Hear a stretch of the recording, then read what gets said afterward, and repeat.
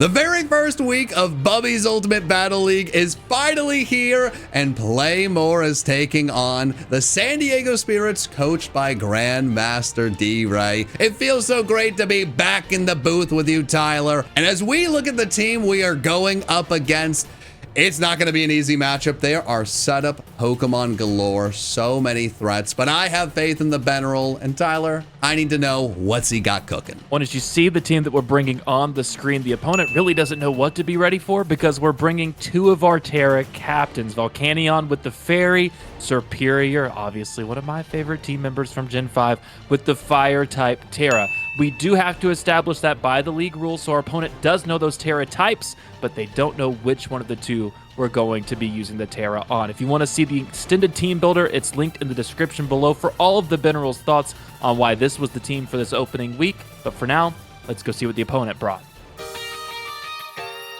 Now it's time for the exciting part, Tyler. Let's see what the opponent brought and get into the battle. Okay, we don't see Gliscor, which is a little bit surprising, but I went into this battle pretty confident we'd see 5 of these Pokemon. We see those 5 Pokemon, and Diancie is a Pokemon that makes sense instead of Gliscor. All the threats are still here, and the biggest question left to be answered, what Tera did our opponent bring, Tyler?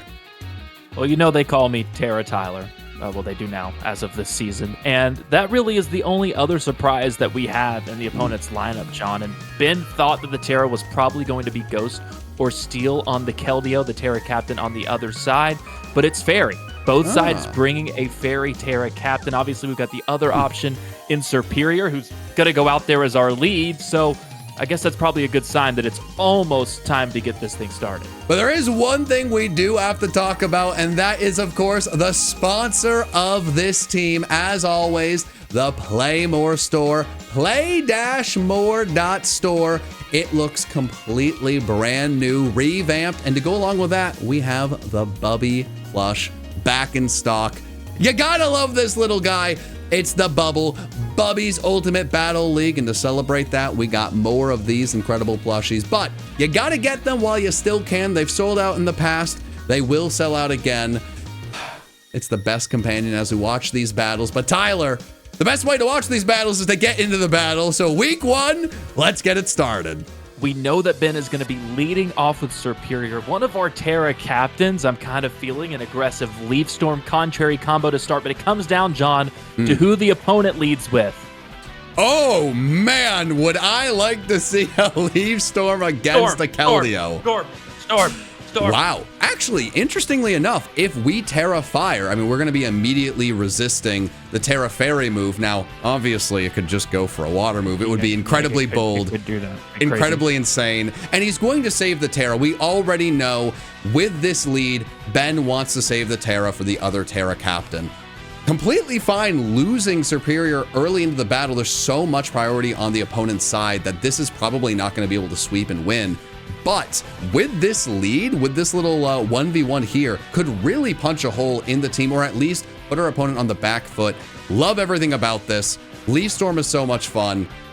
Very interested to see what our opponent does now.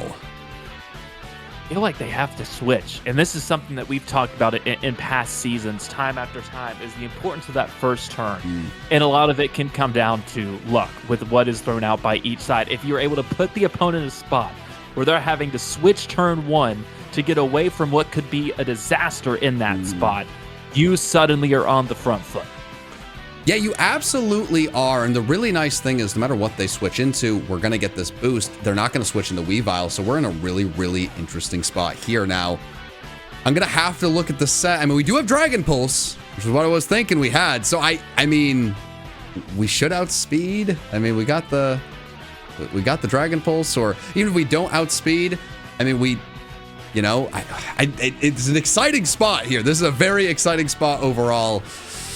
It's a near full speed investment, so unless on the other side, if ODS has full speed investment, then maybe it outspeeds. I think I'm with you. We should outspeed in this spot. And again, the pressure is still on. Now, I understand here, you know, going with the substitute, because as you've experienced, John, Latios can be used. It can be used offensively. It can be used for a lot of annoying things. You know, it's a Thunder Wave Pokemon traditionally. So I understand this play here, Hmm. and now I'm intrigued to see what we see from the other side. They go for the aggressive play. Yeah, no, they go for the aggressive play. We do now know that we outspeed for sure. I'm sure Ben already knew that. There's a very small chance you see a Scarf Latios, but the only thing that I'm a little bit worried about here is taking that damage from the substitute. I mean, the fact that it was able just, or the Latios just immediately went for the attacking move, you know, is this going to do a little bit more damage than expected? What exactly is going on with the Latios set? I feel like the opponent's in a bad spot, and Ben went to set up even more. I mean, we're still in a good spot, Tyler. We're still in a good spot here. We would have been in an incredible spot there, as Ben could have immediately gone for, I think, a substitute in that next turn, or Dragon Balls to take out the Latios, or a substitute predicting the switch outs. It's a little bit more difficult here with that miss.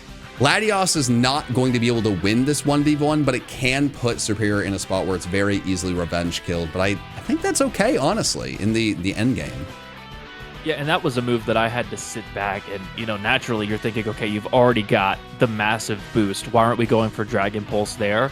And I forget how specially tanky Latios is. Yeah. 130 special defense on the other side. So it would have been a necessary move to get in position to be able to take it out with the Dragon Pulse. Here, the opponent either knows that you're going for Dragon Pulse or some neutral move that at this point would kill. So I imagine we're going to see another switch. Yeah, that's where the Leaf Storm was unfortunate. I think it was the right play from the coach. A really unfortunate miss, something that it can happen, of course. You're not expecting it to happen. The opponent is still in a really, really dicey spot. I mean, they could switch into Diancie if they really want to, but now we can just set up a substitute. We're going to get a little bit more leftovers. You know, Leaf Storm would obliterate it. So I would not be surprised to see Latios just go down here. I think the way the opponent's been playing is they just do not want us to set up for free, have that substitute, and have Superior be an issue. Superior is now in a spot where it can be revenge killed pretty easily. Okay, they are going to save the Latios, but I feel like they're going to have to sacrifice something here, Tyler. Ooh. Now, this is a really good switch in. I see, this is an interesting thing, though. I don't know. You brought it up earlier with our Tera Fairy on our Volcanion. You know, the Scizor would be able to get rid of that. So if we can get damage on the Scizor and whittle this thing down, I feel really, really good, especially at the end of the game, hopefully cleaning up their team and we can get rid of those priority options.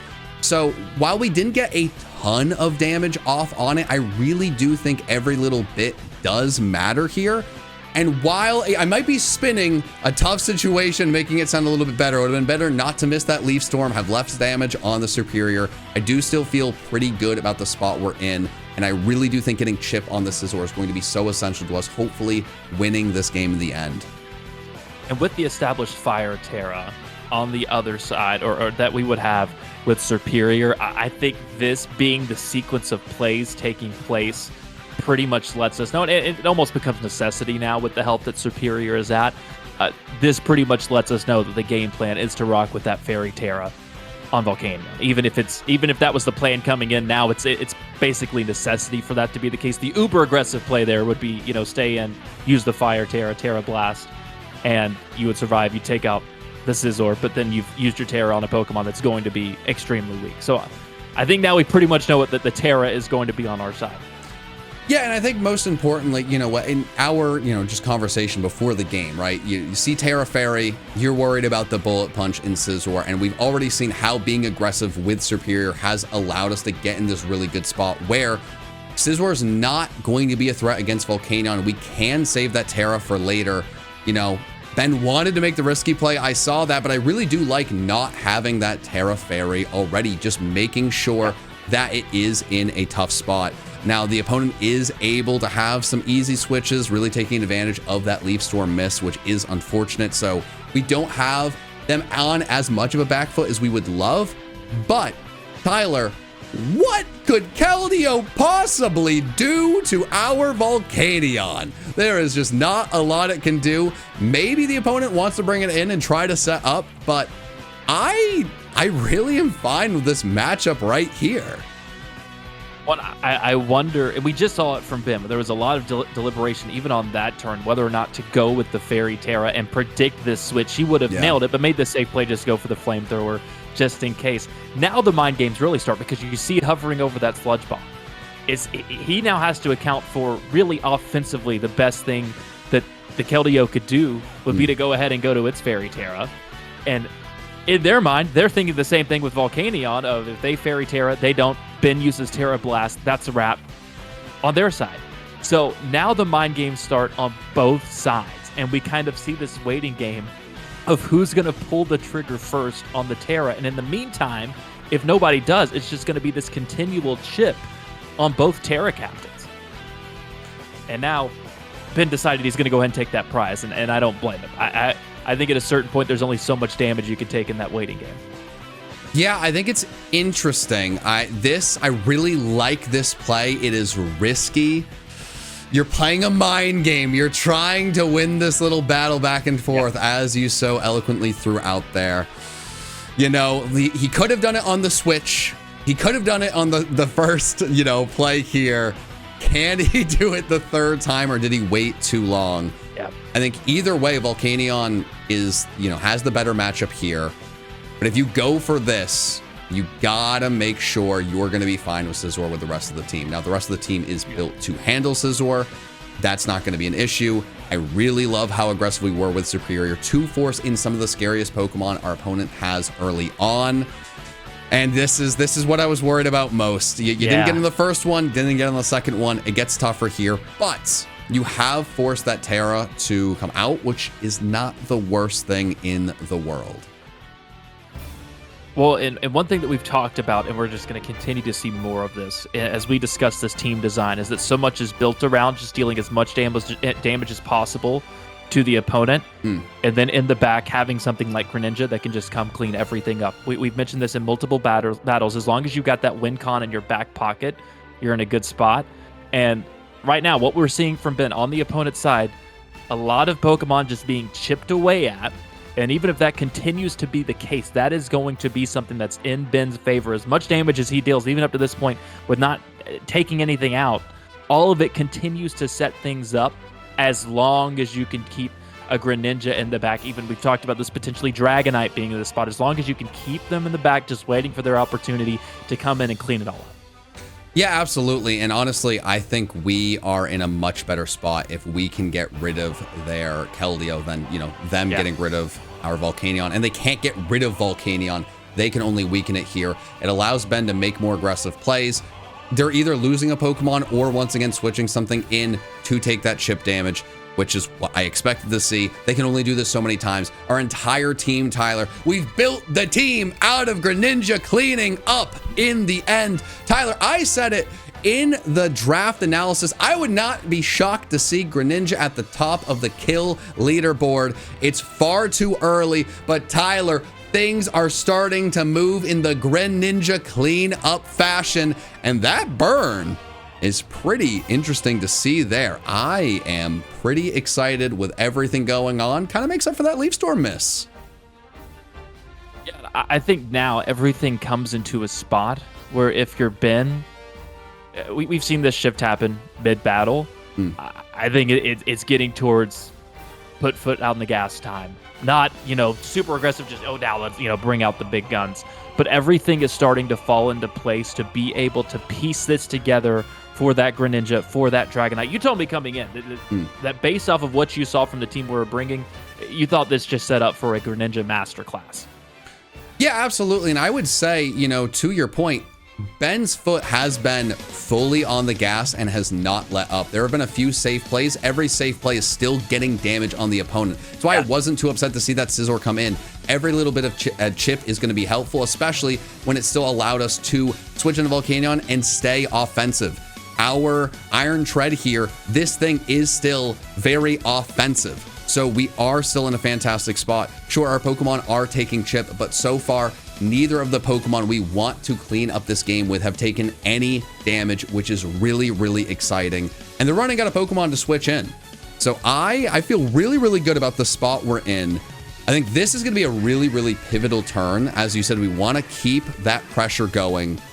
I really like just a powerful Earthquake, get some damage on. I don't know what we'd be worried to see. I mean, I don't really think we're going to see Latios pop in there. I mean, unless it's a sacrifice. Of course, we have that Ice Spinner that could go its way. So this feels pretty safe, pretty good, Tyler. Yeah, and one thing that you noted with the opponent's team in particular, with the way that they, stack up offensively, because when you look at it, it's not a team that's just immensely strong stats-wise offensively, but it's a team with a lot of different setup potential. And the number one thing that all of this chip does is really put them in a spot where there's not much ability to set up, because you're going to be taking damage the entire time. Yeah, absolutely. And Ben's really playing in a style that I was very comfortable playing. We're not here to 6-0. We're not here to 5-0, 4-0, maybe not even 3-0. We're here to get that 2-0, 1-0 guaranteed victory. And that means we lose a Pokemon to weaken something that's preventing us from cleaning up in the end. That is completely okay with us. It's sad to see Iron Treads go down, but to have the turtle over there basically dead, I mean, it's on its last life. That feels fantastic. And if we are considering Bubby at this point, oh me, oh my, Tyler, oh me, oh my. This would be the ultimate foot to the gas move. It absolutely would, but I mean, if we look at the opponent Keldeo, it's no longer a water type. That thing's almost dead. I mean, Scizzor's got Chip. I think we're taking that thing out. Weavile, unless it's got, a Sash. I feel pretty good about that. Latios is hurt. Diancie doesn't want to take a water move. The team is starting to get really weakened. I do like saving the Greninja. It might be a little bit too soon, but we're starting to get the opponent's team in a very exciting spot. And I do like being aggressive with the Superior here, just forcing this to go down, setting this up a little bit, and we can see what they bring in next. Because even if they do bring in the Scizor, I mean, we do have Spiky Joe that hasn't even been brought out yet. And that thing's got the Rocky Helmet. That'd be fun to bring out. Now, you got to be careful because maybe the Scizor can set up on that. So there's some things to think on there. But if we can weaken a few more of these Pokemon, I'm getting excited about the frog. Yeah. Oh! Well, I love that this team sets up. Ooh. Have multiple Pokemon that can set up with kills, although that immediately counters said setup. No. This is perfect. Spiky Joe time. Spiky Joe. Now we find out what's going on with Weavile. Tyler, it is the one Pokemon on our opponent's team that naturally outspeeds Greninja. Yeah. And if we can... if we could get rid of this thing, that would be fantastic. And more than anything, if we could learn a little bit more information on this, we would be in business. The more damage we get on it, the better things could be with a Dragonite Extreme Speed as well. And I don't think it's a bad thing here just to say, hey, Superior, you've kind of outlived your usefulness. We want to see what's going on with Weavile. We don't want it to set up. We don't want anything too crazy to happen. We got Spiky Joe. There he is. That's my guy. That's Spiky Joe. That's Spiky Joe. And now it's going to be interesting because there's a really good chance we could see a Scizor switch in here. So is Ben going to want to get up spikes, or is Ben going to make a aggressive double switch? Maybe, maybe I'm wrong and Scizor doesn't make a lot of sense and you go for the Bar Barrage, but this feels more correct. Now this would be, that would be bold. Okay. I feel like me and the coach navigating. We have a similar thought process going, but hovering over the Volcanion was a little bit terrifying. I felt like I'm missing something big here. But if the coach is seeing something I'm not, which is very possible, this could be an unbelievable maybe he's switch. Expecting Diancie in this spot? I mean, anything but Scizor puts our coach in the best possible spot with the Volcanion switch. Absolutely. And it is. That's what it is.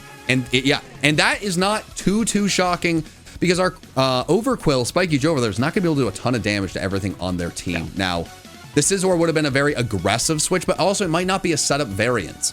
So for that reason, the coach made a much better call than I was thinking at that point. It's hard to really tell what the opponent will have on those sets. There's so many things that could set up. You have to be ready for anything to set up at this point. Anytime our coach can get Volcanion in on something that's not Scizor, we're in a fantastic position because, Tyler, they cannot bring Scizor in on Volcanion. They can bring it in to clean up, but then Spiky Joe can come back out and be, the coolest guy in the world, and that's just going to be fantastic. So I really, really, really love this spots. We are going to need to get something down to where Greninja can kill it, get that Battle Bond boost, and go crazy. But Tyler, this right here is the number one thing standing in between Dragonite and it going crazy. So very exciting position we're in. I think no matter what happens, I'm very, very happy because we just need to keep chipping things. That's Scizor. Ignore the 5% chances misses. That is massive. That is huge. Wow, that is incredibly huge. I'm a bit shocked to see that. I am too. That is going to make our Volcanion a much bigger threat. I mean, Volcanion, every time it's in, really threatens our opponent's team. That was the number one thing that could stop it. The only question was Scizor. We talked about that as soon as we saw the teams. Is realistically, the Tera Fairy makes sense on our side because we'd even discussed in the draft analysis different options for Volcanion that you could use. You could go, Ghost and have 3 immunities if you wanted to. You could go with one of its main types to boost its power even more. Here, Fairy just made sense from a matchup standpoint. It's already a ridiculously strong type, but with Scizor gone, there is nothing to threaten this thing. Yeah, I don't know if our opponent is thinking Psyshock's going to take it out. Maybe it can set up on us. I'm not entirely sure. But even if it can take out the Volcanion, I mean, okay, interesting to recover. Yeah, I'm very intrigued of what our opponent is thinking in this spot. I mean, this is not Mega Latios. I think it might be able to live this, but yeah, it's not tanking that. Now, it may be able to start calm minding on weakness policy. Okay. Makes sense. It does make sense, but we do have a choice banded extreme speed. I wouldn't be shocked if a choice banded extreme speed could kill from this range. So I do understand a little bit more now. And there's the Psyshock. Yeah. But I feel like this puts us in a really good spot. I do not think Latios can sweep the team now with that weakness policy. And even then, I mean, Greninja may be able to kill it with the Dark Pulse. We do want to be locked into a water move when we clean up the team. But if they lose the Latios, cleaning up with a water move becomes a lot easier, Tyler. So this might be the game right here. If we can get rid of Latios, it may be Bubby time. But I think it would be a short-term Bubby time based off of what they have left, and then it might actually shift towards Dragonite time. I think the only thing here with using Bubby is if Dark Pulse is the thing that picks up the kill, we're not really going to get much use out of that boost because we're probably going to have to switch right back out anyway because we can't lock into it for long. Let me be clear. I'm thinking Dragonite is the move here. Oh, absolutely. I think if Extreme Speed kills, and I'm sure that's the calc that Ben is running, if he doesn't go Dragonite here, that it's because Extreme Speed doesn't kill in this spot. Yeah. If it's Greninja, then you're going to use the Dark Pulse. It looks like that has to be the case. Ooh. So if it's Greninja, you're using the Dark Pulse, or you get the boost, you're going to be locked into that. We'll see which one kills. Well, no, U-turn may not kill, but you could predict the switch out. That's the bold play. I will say, I think it's bolder than Dark Pulse. Latios cannot beat us here. Yeah, no, you're right. Now, this is the safer play. This still gives us a chance to, to win the game, even if something goes wrong here. But there is still switch-ins to the Dark Pulse. This will get rid of the Battle Bond ability. I think it turned out to be the right play. Extreme Speed probably was not able to kill. There was worry of the defensive investments. It does make me a little bit sad. I really wanted to see a Bubby win. I think we're gonna see. I think we're gonna see one Pokemon pop off. Well, I think unfortunately it's not gonna be Bubby. You say that. What's taking a Choice Spec Surf? Look at the Pokemon remaining and tell me what's taking a Choice Spec Surf even without Battle Bond. That's true, especially with Keldeo as weak as it is, Tera it anyway. Yeah. Yeah, I mean, I think it's in the Veneral's hands, realistically. Do we go for the branding? Do we go for the new Pokemon with the new Mega? I think it's Spiky Joe? Really up to the Veneral here. Spiky Joe could rack up some kills. Yeah, I mean, I think the biggest hurt thing... anybody's feelings. It's really going to come down to how many setup options did our opponent bring. Ben really prepped us on, hey, we could be seeing 4 setup Pokemon. And we've seen a few different safe plays from the Benral. And I don't say that in a negative way, in any way, shape, or form. Just making sure if something was set up that maybe he wasn't expecting, we'd still be fine. And at this point, all of that leads us to Weavile. What is the set? What's going on there? I mean, Spiky Joe was always going to have to be the play here regardless. I feel like the only thing that could really spell our doom would be some sort of Sword Stance variation. Even then, I'm not sure if it would, because Extreme Speed will go before Ice Shard. So we just need to get Chip on it. We will get Chip with the Rocky Helmet. Tyler, I'm feeling really, really good, but this feels like the one domino that needs to fall.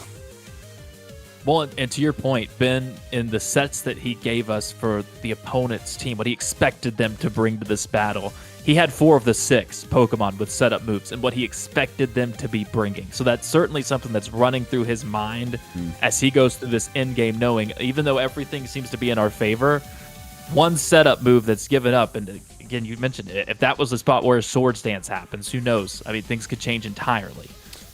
Yeah, Tyler, I did something that's not advisable. I saluted to our opponents. It was a valiant effort. I just saw a Brick Break come out at the end. While they have a Weavile that I do not think can kill Spiky Joe, they got a pretty close to dead Keldeo, and they have a floating rock that is associated with Carbink, I think? It's a cool shiny. It's a cool shiny, but Tyler, I do not see how they wiggle their way out of this mess. I just do not see it. And if we can poison Diancie, that would be everything, Tyler. Truly everything. We poisoned Diancie. Everything is now chipped. There's no focus sash on the Weavile. This thing is getting her every turn it's in. If we get rid of this, I think we just win with Extreme Speed. In general, we might be able to clean up with the Greninja. Obviously, there is the Weavile. But Weavile's brick breaking Spiky Joe. Tyler, you don't go up the Spiky Joe and brick break it. You do not karate chop it. Then you don't do that. It's despicable. Just look at it. Imagine what that would inflict to your hand. Ow! That's what would happen. Karate immediate you can't do that. And now this is more powerful. Spiky Joe might be getting a kill here. What a ridiculous move. We talked about this in the draft analysis. I'm glad that it's on our side of things, by the way. But Venoshock effect on a move with a 50% chance to poison by itself? Insane. It is very insane. The Stealth Rocks is very interesting to see there. I think they're kind of a last ditch to with multi-scale Dragonite when it comes in. Yeah. And Ben's gonna fight right back and say, hey, we'll get a little bit more chip as well before Spiky Joe gets its first kill of the season, which is very important to me. Now, the Benral could break my heart in two and get more chip on the other Pokemon with another layer of spikes, which would be devastating. There are not going to be too many clear-cut Spiky Joe kill opportunities this season. No, there will not, Ben. It would be nice to see this one taken advantage of. Yes, click it. Come on, man. Let me. No. Click, no, that's bad. No, Spiky Joe! Spiky Joe! We shouldn't. Why did I name him Spiky Joe, Tyler? He's setting up spikes. He doesn't understand. There's not the kind of Spiky Joe. We need to clarify. Oh, I gotta have a big team meeting after this. That was devastating to see. Now, I did say earlier, we're not playing for the 6-0, the 5-0, the 4-0, probably not even the 3-0. We're playing to get that guaranteed win. And this is where you try to get the guaranteed win. So I'm not upset. In that spot, we were just playing for the 1-1, okay? For Spiky Joe. We were really just playing for Spiky Joe. Spiky Joe could go 0-7 this year. Spiky Joe really could go 1-7. We Spiky Joe will could look go back 0-1, Tyler. Maybe this is the only Spiky Joe we get to see. Oh, can Dragonite kill from this range at extreme speed? Yeah, it can. Oh, can Dragonite extreme speed a Weavile? Yeah, we know it can. Ben, we had. It's fine. It's fine. It's fine. What's more important is getting the win in the first week of the bubble. It's the over-under on Spiky Joe kills was definitely not at half. And Tyler, I thought we were in it for the love of Spiky Joe. I was. Tyler, do you even like Spiky Joe? I loved him for this battle. I really like. If you were to ask me for my advice coming in, I would have said, I might have said to take the over. I thought I had a kindred spirit. Like I might have said that. Like, right. Spoken yeah. it. I don't do that. We've been over this. Right. So we're not starting a fan club for Spiky Joe. That was all. It's fine. Whatever. You know what?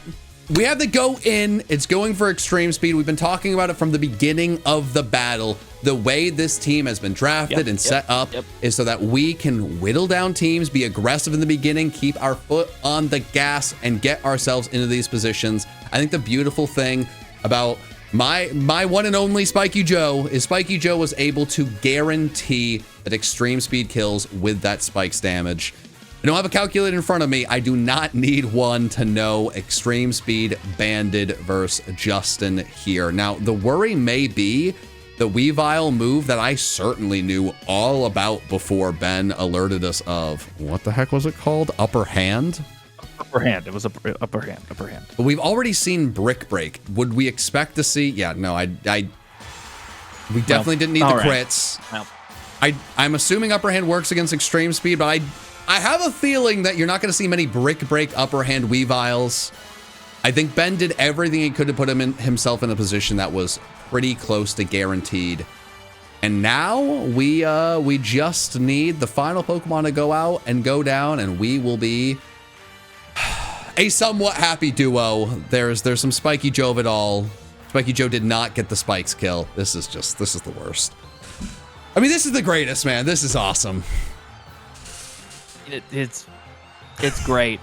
I'm so happy we're picking up our first win of the season. I, as a part owner of this team, have picked up a win today. A win. Some are calling it the most important win, and to be very serious, this is a very, very important win. It's not just the first week of the season. Grandmaster D-Ray is a fantastic battler. Yes. The team that we were up against was terrifying. So many incredibly big threats. I really feel like the coach came in with a perfect game plan. And more than that, in my opinion, I really feel like just played the perfect game. Was so aggressive, knew what could go down. Just pressure, chip damage, and make sure that we could clean up with the Greninja or the Dragonite. The only thing that was stopping Greninja at the end was Weavile with Brick Break. Unfortunately, Spiky Joe had to get Brick Breaked in the face and went down, but you know what? That's okay. We picked up the kill, and hopefully, Tyler, it's the first of many this season. It's going to be a fun season. I'm really hopeful I can bring you around on Spiky Joe, but I'll let you conclude this. I took the over on Spiky Joe. I don't know how much more in on it I could be, and while I may not bet on Spiky Joe, I may not have bet on anything because I wouldn't do that. I'm betting on you to click the next battle right here, week 2. It may not be uploaded at this point, but you better be ready. Every Sunday, we got a battle right here. Tyler's got a bad bet to get off. It's going to be exciting. It's going to be thrilling. Spiky Joe will eventually get a kill. You better count on it.